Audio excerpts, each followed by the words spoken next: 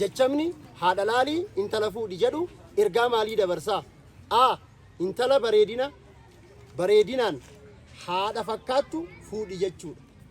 B. Dhaabbii qaamaatiin kan haadha fakkaattu fuudhi jechuudha. C. Naamusa yookiin qajeeltummaan kan haadha fakkaattu fuudhi jechuudha. D. Hundinuu deebiidha. C. Argattee jechuudha. Kanneen armaan gadii keessaa malaammaltummaa seektara barnootaa keessatti raawwatamuu danda'u kamii jedha? A.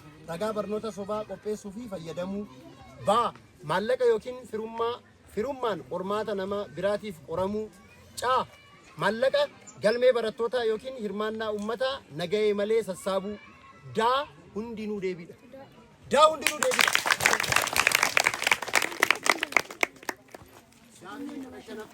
Kanneen armaan gadii keessaa ibsama barataa naamusaawaa kan hin taane kamii jedha? A. Of danda'ee qormaata hojjechuu. B. Hiriyyaa qormaata waraabsisuu. C. Barsiisaa gaafii qormaata akka kennuuf gaafachuu. D. Argatee jira.